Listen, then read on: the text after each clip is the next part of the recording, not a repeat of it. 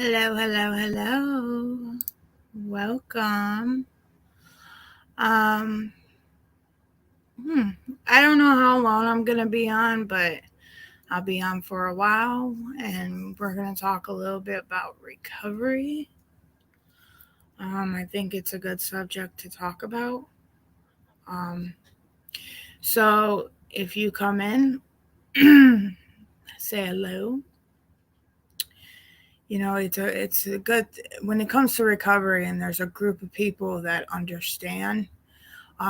This stream is for anybody that are struggling, that knows someone struggling, and you don't have to be struggling with drugs and alcohol. You could be struggling with, gaming, food, caffeine, cigarettes, things like that. Hi, Willow. Good to see you. So, this goes out for anybody and everyone who wants to be a part of the channel or the stream today.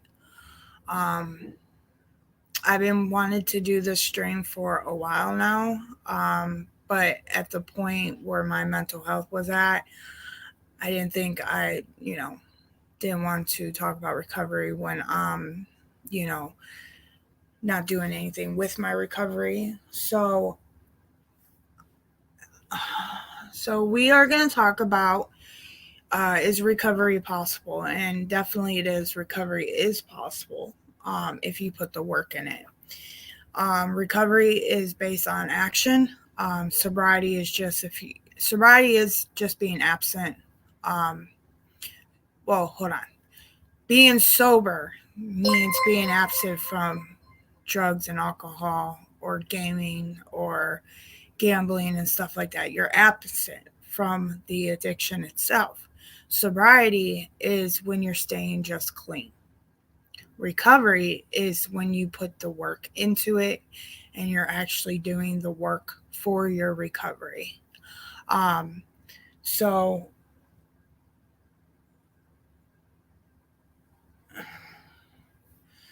so there's a lot of things to break it down to if recovery is possible, and it is. It saved my life.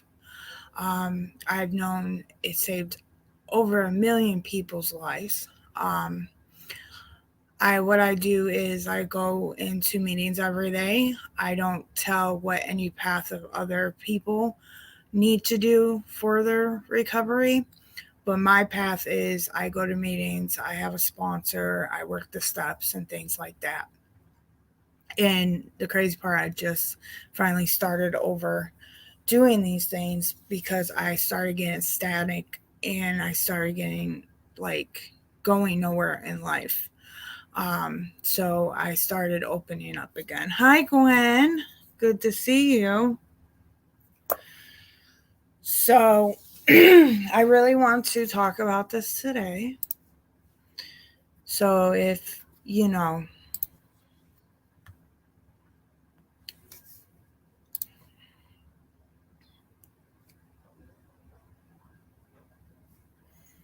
amen to that. Yes.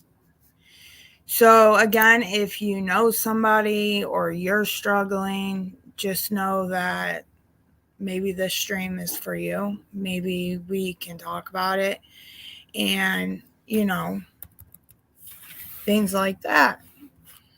Um, I've been in and out the rooms. Well, I started the rooms back in 2012.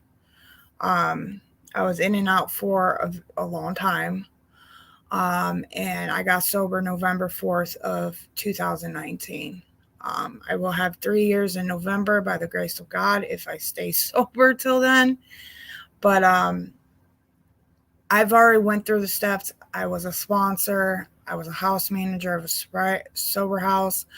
I had all these things come in, and then I shut down. My mental health took a big toll over it, to the point I isolated. I didn't do what the things I was doing while I was in sober living, and when I left, life hit me really hard, and I just for a whole year and a half, pretty much, you know, I just didn't go into any meetings. I took on the life role of, oh, maybe I don't need meetings, or maybe I don't need the steps, or I need a sponsor, things like that, because I had everything together. I was just sober, and I had my life, and I had a husband, and I had, I had the man, I had the kids, I had the house, I had the car, I had all these things, but I wasn't fully happy. Like, I wasn't spiritually high anymore.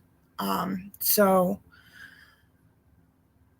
here I am back into the meetings and the sponsor and the things like that. And I see now that where I was missing a lot of things in my life.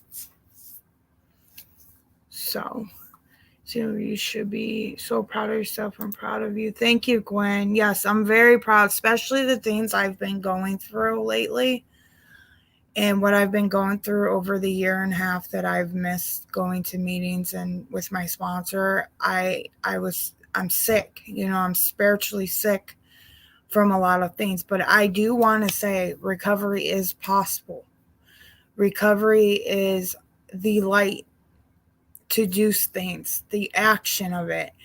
And there are some people that will get sober and stay sober for the rest of their life without any steps or a higher power or anything like that.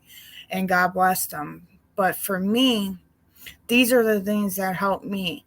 These are the things that made me become a better person and a better daughter and a sister and a girlfriend and a mom and things like that. It taught me how to love myself, the real true meaning of loving yourself, things like that. And that's why when you start feeling that sanity and you start feeling that serenity and peace, you will always want that. Just like how you ran back getting high or running back to what you're addicting to because it's comfortability and that just gave you what you needed. It goes the same with recovery. So, do you feel like YouTube sometimes triggers you? Do you feel at times you have to step? Yes, yes. So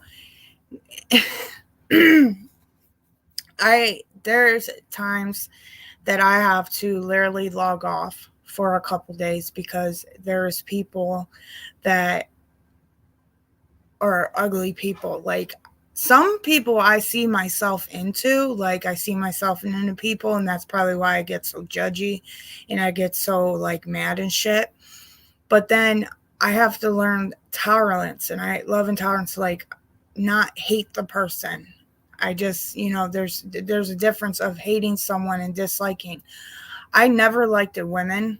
I was always like against other women. I didn't like the way they smell. I didn't like the way they did things. I didn't like the way they talked, walk, anything. Like, I hated women. Um, and then when I got into the program, I surrounded myself around women. And I started realizing no matter what the other person's doing, I don't judge them or I don't make fun of them or things like that. Like, I try to put myself in other people's shoes of what they're going through. Now, social media is a different route of a lot of things. Okay, social media, you don't see the person unless they're on, whatever, on screen, but like, you don't know them personally. So that's what sometimes pisses you off and you can't control a situation because you're on you're on a computer, you're on a laptop or computer or a phone, you know. And that's a lot of, I believe that's a lot of some of my issues are, is that I can't control a situation. I cannot let other people believe things, um, how crappy that person is or what that person, what that person's about. I can't control a situation. So I get fully powerless over it. And sometimes I have to let go. Sometimes I have to log the fuck off because I don't know what else to do. And I mean, I can pout and scream and say all these things, and I fall short because I'm human. That's the best part of it, is I fall short all the time. I think social media can become a replacement addiction for many. Yes, and it has done for me, Willow. I fell into the rabbit hole because I was addicting to the drama. I was addicting to what was going on. I was addicting to who was arguing with who and who was fighting with who. So it is. I bet you have things from childhood. I used to not like women either because I didn't have a good relationship with my mom. Yes, Gwen. And that when I did my step work and I seen why I had issues with other women, it's because of the relationship I had with my mom. And that's true. That's right there, just tells you like I had issues with women because a lot of it stemmed from the way the relationship I had as a child and teenager with my mother. Me and my mom just became like best friends probably like 10 years ago. We kind of just talked our problems out over the years, and then little by little, and it got to the point we forget. And the number one thing is I had to forgive myself for a lot of things I did to my mom. And so I had to forgive myself. And that's what I'm learning too, also, again, is forgiving myself and loving myself. Those are the two main things, forgiving and loving myself. Because if I don't forgive myself or love myself, I'm not going to be okay for anybody else. I'm just not. Hey, Teresa. Good to see you. Yes, honey, I'm live. My Kim passed away 21 years ago, so I've been... Your mom passed away 21... Okay. Go, so I'm... Right. And don't ever beat yourself up because you didn't make that time for your mother. When my children's father passed away, like my brother passed away in 2012, that's when everything spiraled and went downhill after my brother died. And then when my children's father died, like I was not okay with myself at all because of the shit I have done to him. And I could never forgive myself because of what happened. So when he passed away and 6 months came down the road, I had to try to grieve the best I could, or forgive myself for the things I've done to him because I didn't make it up to him when he was alive. So I tried my best. For real, Gwen? My brother died of brain cancer. Gwen, when's your birthday? We might be long lost sisters or something.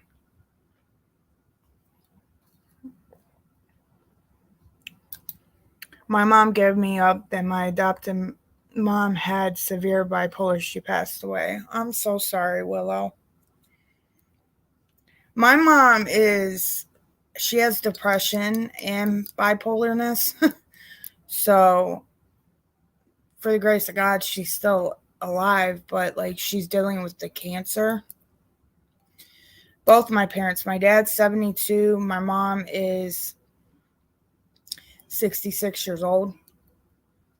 Hi, Ariana. Good to see you.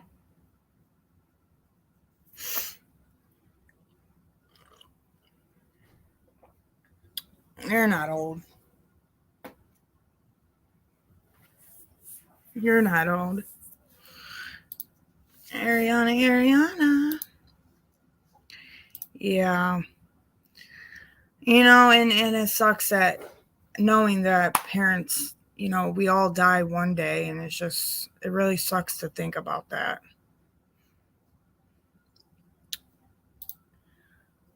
Hi, NC the Flea.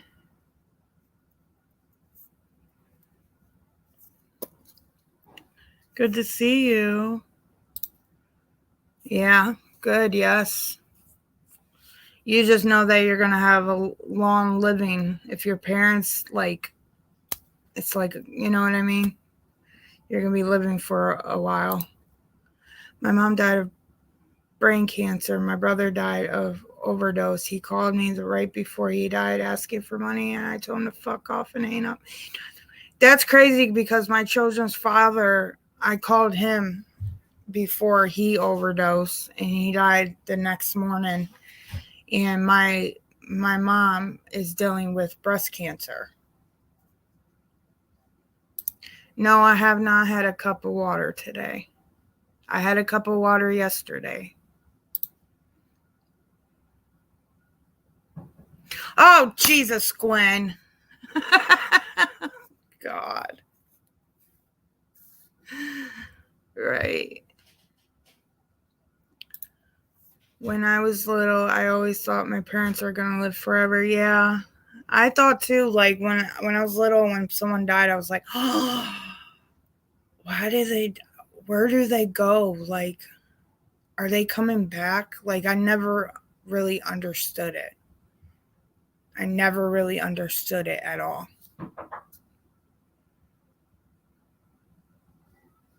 Nice. You had it yesterday. Great. You're doing great. Thanks, NC the Flea. Okay, so I wanted to tell you guys before I start this recovery as possible is that I am going to start a PayPal pool. So where I'm staying is that I can't stay here forever. And you guys can donate if you want.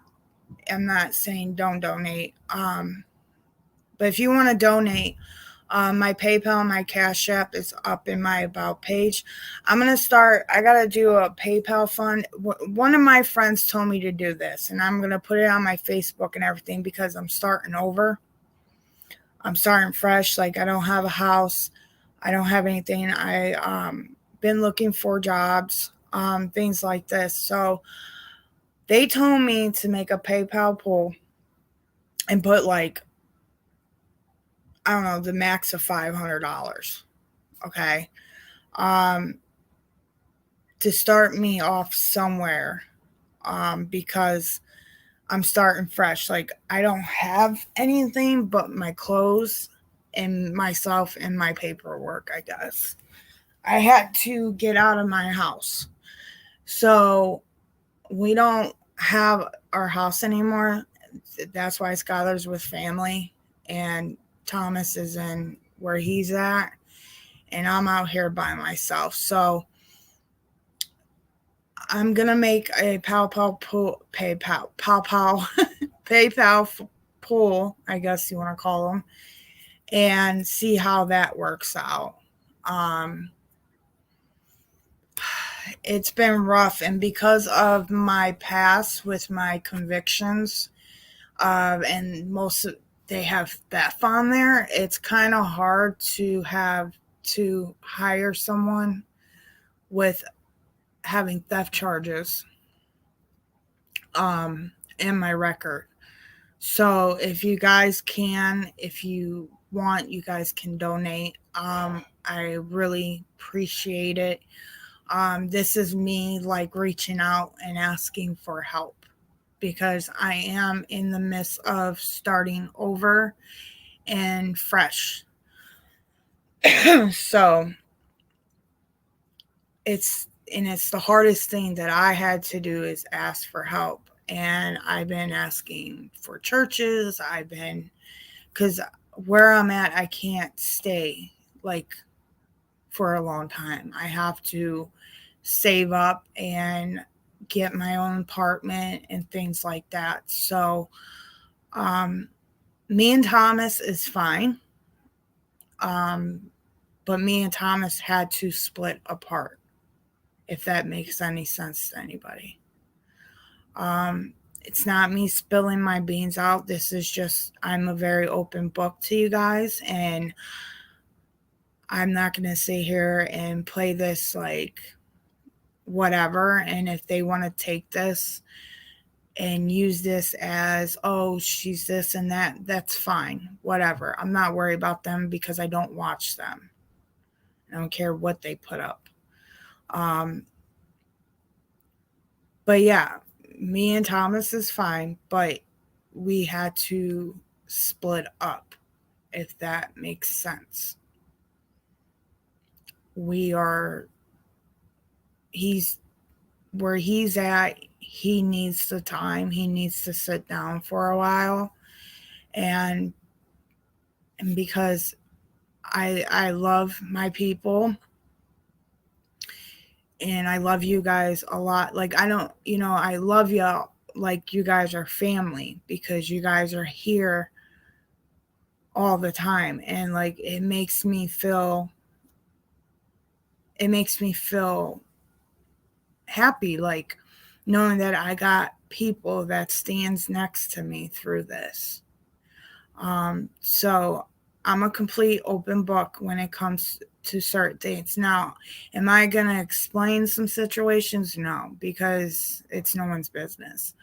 But that's why there's some things that it looks like it's out of place between me and Thomas. So, if that makes any sense. So, again, if you guys care, I'm going to see if I can put up a PayPal pool. And if you ain't friends with me on Facebook, then please be my friend, because that's where you get all the latest updates. I didn't update this live, what we're doing now, on there because I forgot about it. But the part 3 of the True Crime Edward, the last part that we're going to do, is going to be Thursday. So, it makes sense. Well, I'm glad it makes sense because I sound like I wasn't making no sense at all. Okay, let's get into it. Recovery is possible. Most people with mental health problems can get better. Treatment and recovery are an ongoing process that happen over time. The first step is getting help. What is recovery? Recovery for mental disorders or substance abuse disorders is a process of change through which individuals improve their health and wellness, live a self-directed life, strive to achieve the full potential.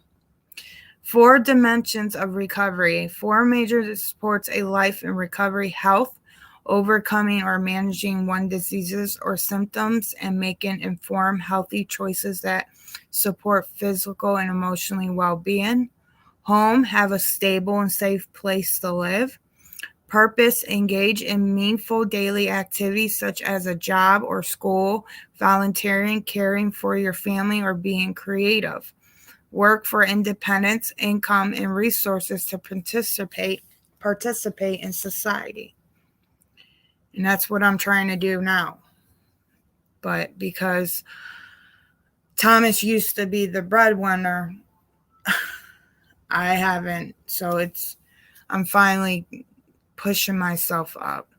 Community, build relationships and social networks that provide support, friendship, love, and hope. And that's what I'm doing right now, is having the community.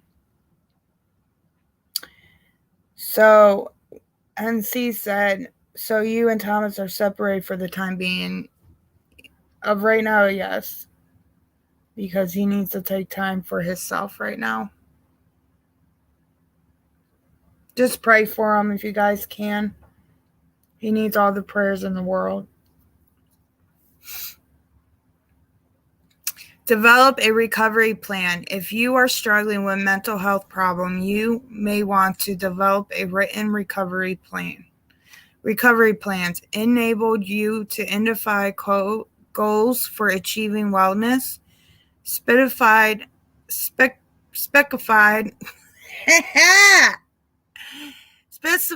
what you can do to reach those goals, include daily activities as well as longer-term goals, track any changes in your mental health problem, identify triggers or other successful events that can make you feel worse and help you learn how to manage them.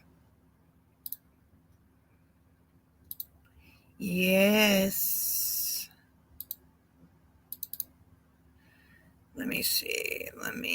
So we got that done. So what did you guys think about that? So you just pretty much get a routine, start setting goals, like small goals. Like what I used to do is I would set goals for like a week, or like, and then after that week, I'll set them for 3 weeks, and then accomplish those and set them like for a month, and then 2 months, and then, you know what I mean? And I'll carry on. And by the time I have this like going on,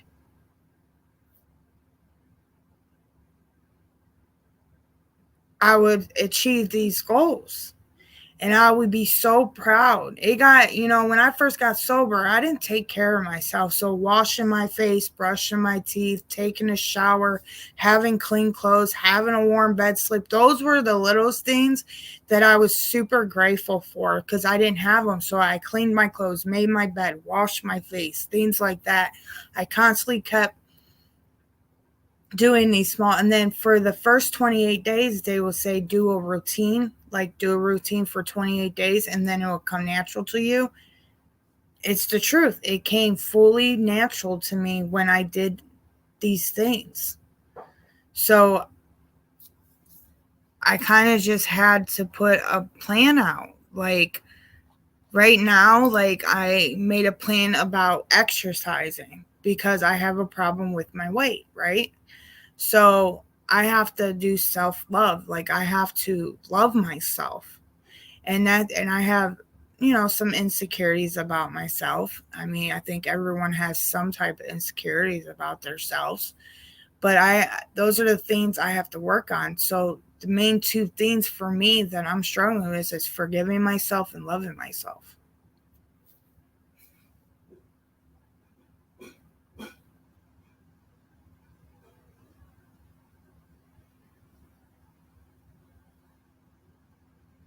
So those are the things. Okay. So we're going to play this video for a minute. And I know some of us are struggling. Hey, little baby, don't you cry. Okay. Let me copy this. I love Whitney Houston and See the Flea.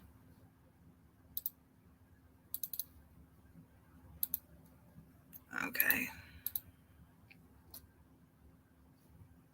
All right, we'll just watch this, and this will last for about 13 minutes, and then we'll talk about it.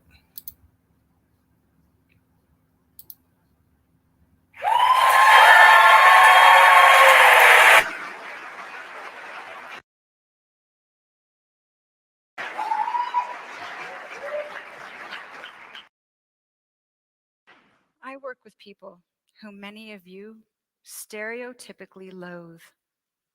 They're alcoholics, they're boozers, and they're drunks. They're addicts, they're pill poppers, and they're junkies. You see, I've always wanted to understand why people do what they do, because I believe if I can figure out the why, then I can find ways to help them find a better life and heal. So I worked as a clinician for probably about 15 years. And I watched as drugs and alcohol destroyed people's lives. So I made the decision to go back to school, and I got my PhD because I thought maybe through research I could find some of the answers to the questions that I couldn't answer as a clinician.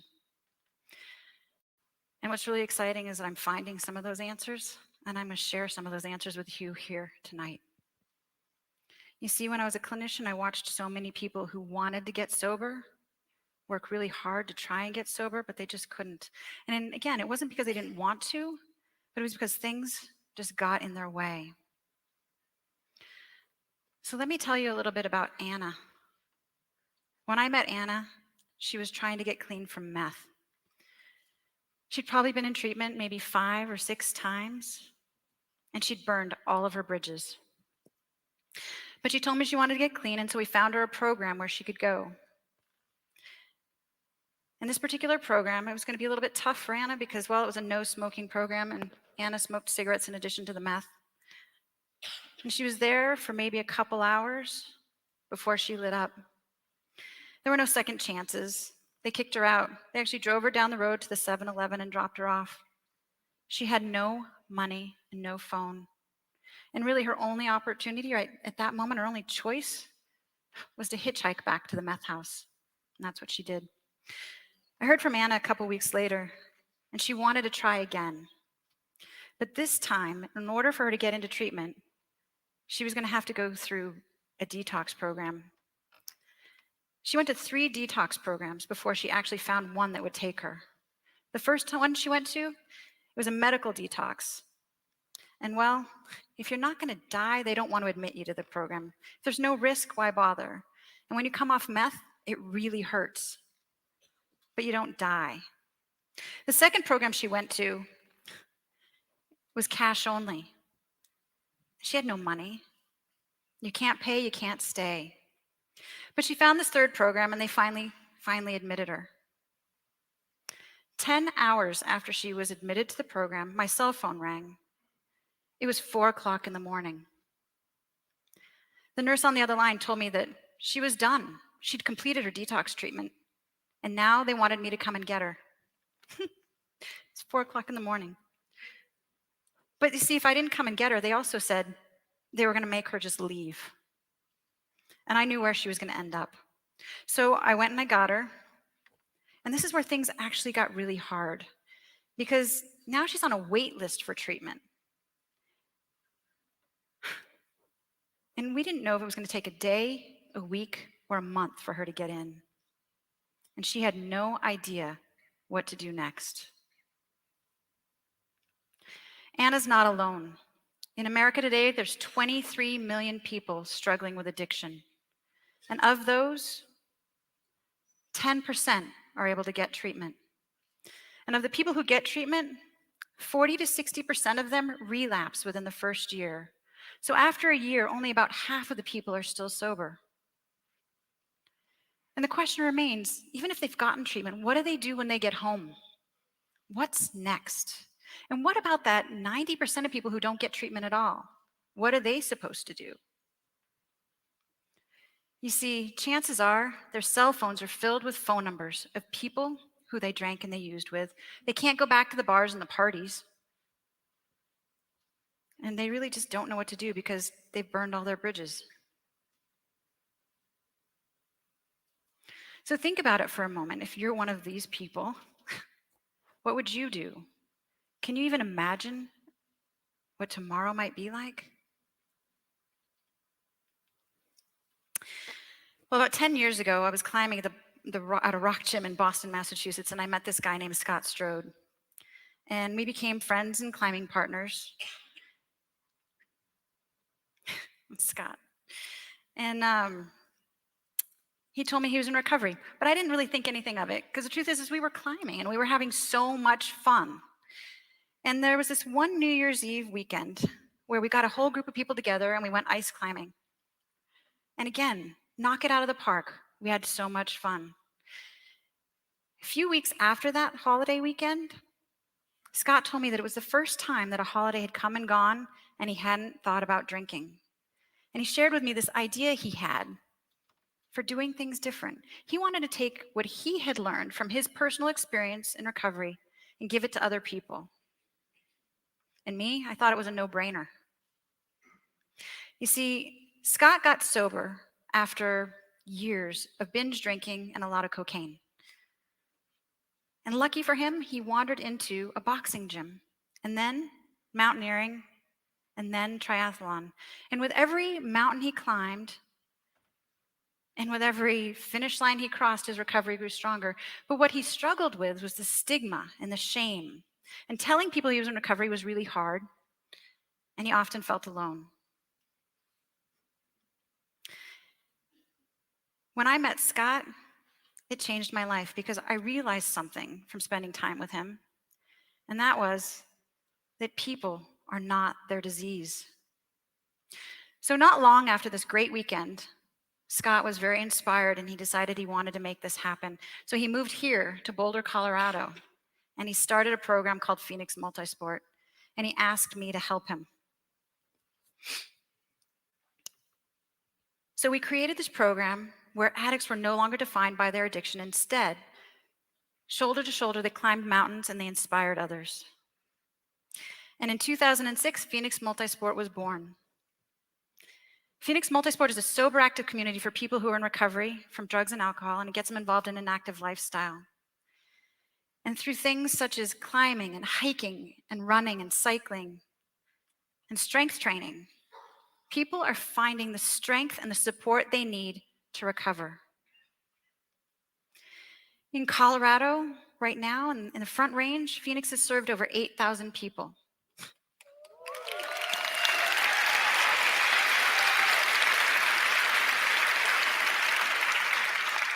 And in case anybody's wondering, we have goals of taking over the world. Our instructors facilitate probably 55 events a week, which is really amazing because what it means is that every day of the week, there's something for people to do and there's some way for them to connect. They don't have to be alone. The other thing that's really unique about Phoenix Multisport is that all of our instructors are what we call peer professionals, which means they're in recovery themselves. Because we believe that they're in this unique position of knowing what really works and what doesn't, and what matters most. And they can also connect people into a broader sober community that as a clinician, I just could never do. It's pretty amazing. The other thing, people ask me all the time, if we're just replacing one addiction for another, the alcohol and the drugs, we're replacing that with running and climbing. The answer is no. The sport brings people together, but it's the experiences people have, it's the fun and the people that keep them coming back and help them heal. A lot of our members wear t-shirts that say Phoenix Multisport, or it says sober across the chest. You see, it's really hard to be tied to stigma and shame when so many people around you are proud of who they are and they're open about their recovery. And you remember in the beginning, I told you about that 23 million people who were struggling with addiction. And half of the people who went to treatment actually were able to stay sober. At Phoenix, 3/4 of the people who come to our programming stay sober.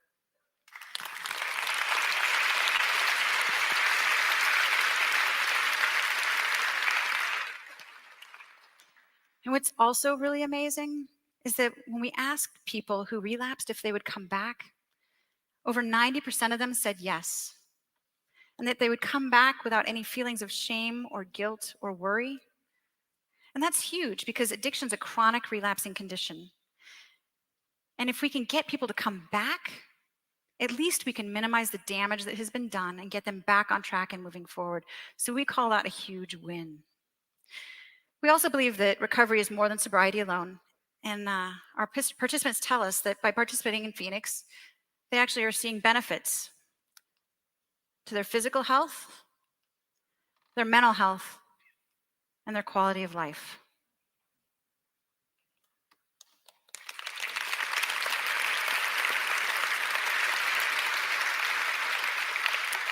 So while I've been a part of Phoenix Multisport, I've learned 3 really important things about recovery. And the first one is people matter. Going it alone by yourself in recovery is really hard. But when you do it together, it just makes it all that much easier. Second, fun matters. Because if you're not having fun today and you don't see joy, you have no hope for tomorrow. And that brings me to my third point. Tomorrow matters. If we can imagine a better tomorrow and we have hope for our future and we see a bright tomorrow, it makes dealing with the crap we have to deal with today a lot easier. Together, these 3 things are creating a tipping point where living sober is just a little bit easier. It's a little more accessible. It's valued. And before I leave here tonight, I'm going to leave you with one last thing because I think this is really important for recovery or beyond. And that is that People are not their disease. It doesn't matter if they struggle with addiction, diabetes, depression, cancer. It's a piece of who they are. That's it. And when we tell somebody who's struggling with addiction that they're an addict or a junkie, what we're telling them is they are their disease. What I want you to think about is that they're actually the person who's sitting next to you. It's your mother, and it's your brother, and it's your sister, it's your cousin, it's your best friend, it's you. They're also teachers and mentors. They're engineers, they're doctors, they're lawyers, they're even presidents.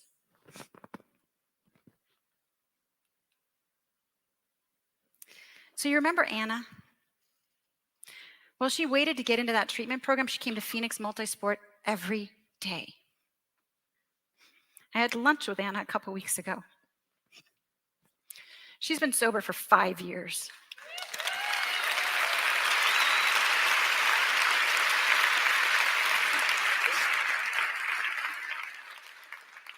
Anna was and always will be more than her disease. And the people that I work with at Phoenix Multisport, you might not agree, but I gotta tell you, they're not just alcoholics and drunks and boozers, addicts and dope fiends. There's so much more. Thank you.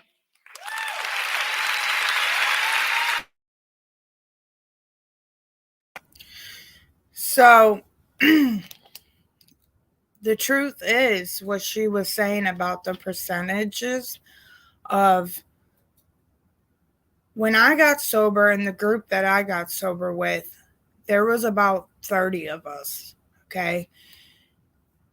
Because I almost have 3 years sober, there's only 5 of us still sober from the group that I got sober with here in my hometown. When I went back into the meetings, I still seen those 4 people that I got sober with. The rest of them are in prison, jail, and I think a few probably just went on with their lives and stayed sober, and they have a family and they're doing awesome and they have a job and things like that. But that is the truth. And like, if there's more people that takes a stand and talks about this and stop the fucking stigma, there'd be a lot more people staying sober and staying alive. And it breaks my heart because I've lost so many people to this. And I lost family members. I've lost my children's father to this. I have a few people that they're like my best friends. They're in prison pretty much half their life because of the choices they made through drugs and alcohol. Thank God that for me, that I stayed sober through every obstacle that I went through the last almost 3 years. And the number one requirement is the desire to stop drinking and drugging and gambling and sex and things like that. Like, we need to come together and be like, this, what can we do? Put the hand out to help another person out. I don't know. For me, I never want to get high again. But I know my disease lives in with me. It's still there. And I could pick up any time. Like after this, I could pick up, or tomorrow I can pick up, you know. And if I keep being closer to my higher power, work on me daily, and try to push myself through anything I'm going through, I will be okay. And I learned so many lessons through my recovery, that no matter what, I don't have to pick up. No matter what. regardless what I'm going through, and I've been through a lot. Even in my life, I've been through a lot.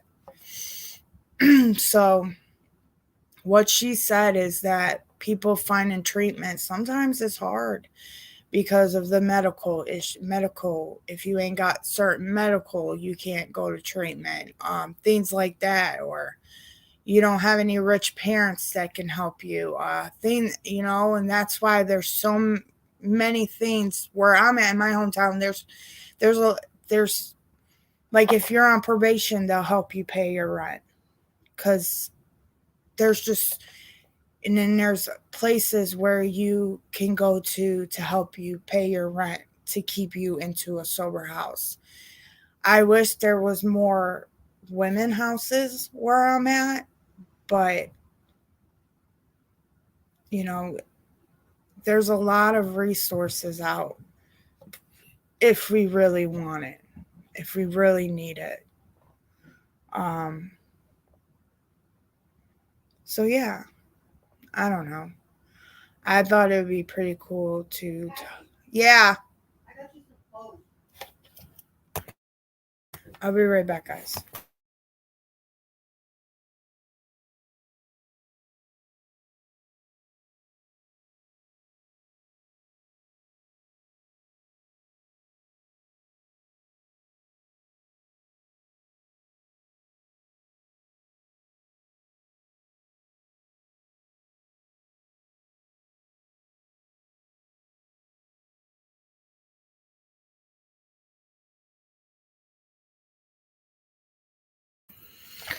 Okay. Thank you. Thank you, Willow.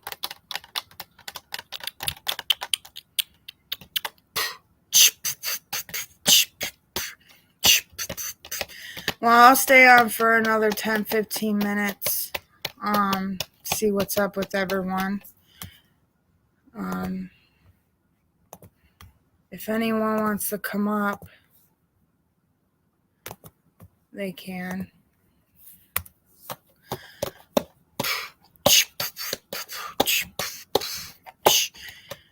And one day I'll come on here and tell my story. I think I told my story a long time ago, like months ago.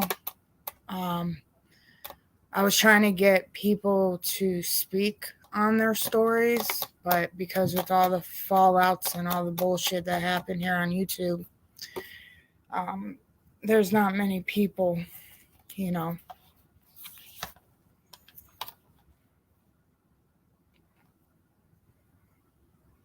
Mm-hmm.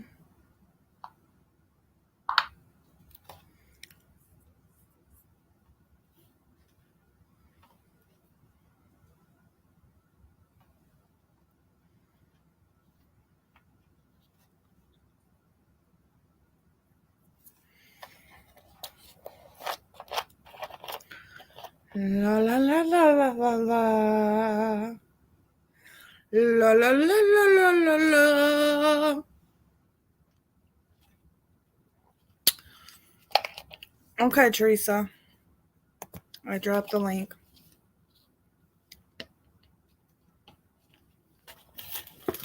La la la la la la la.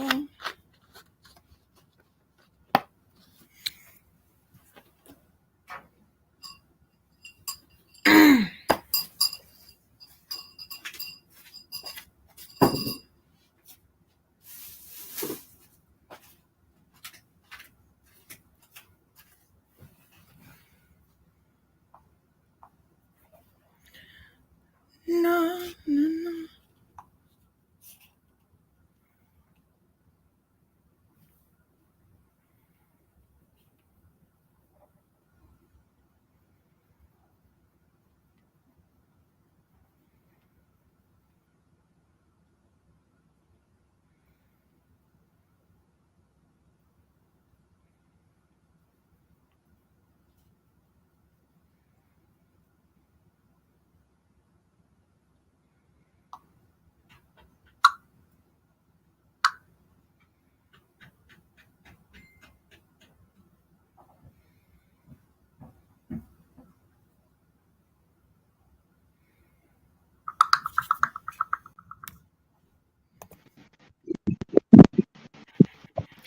La, la, la, la. No, you're like breaking up.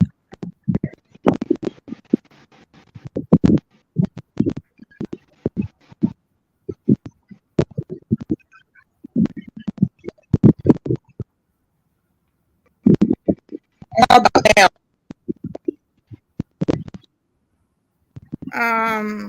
Kind of.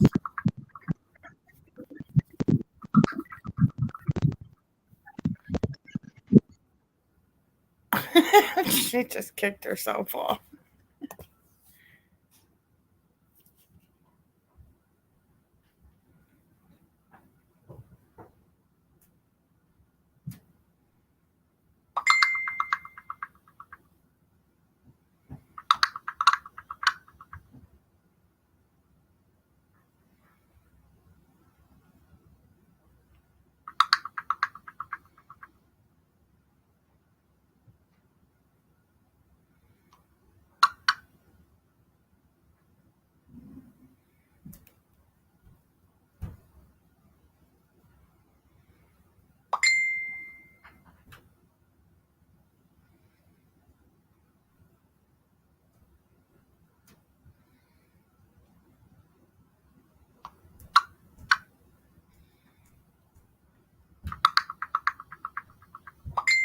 Oh shit.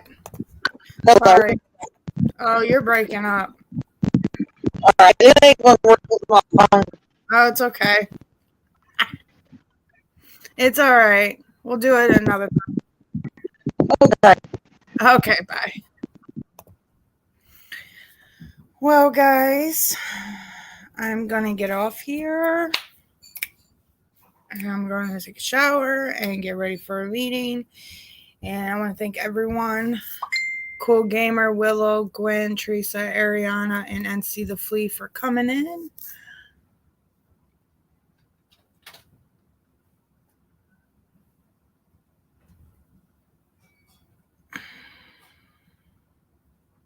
So much love to everyone. I hope everyone has a good night, good morning, or good afternoon. Wherever you are, be kind to yourself and others. Make sure you are subscribed. Hit that like button up or down. Hit the bell to all so you can get all the latest notifications. If you are not friends with me on Facebook, my Facebook is ManExtremeXM, and the avatar is what you see on the screen. I hope everyone has a great night, and I will talk to you later. Bye.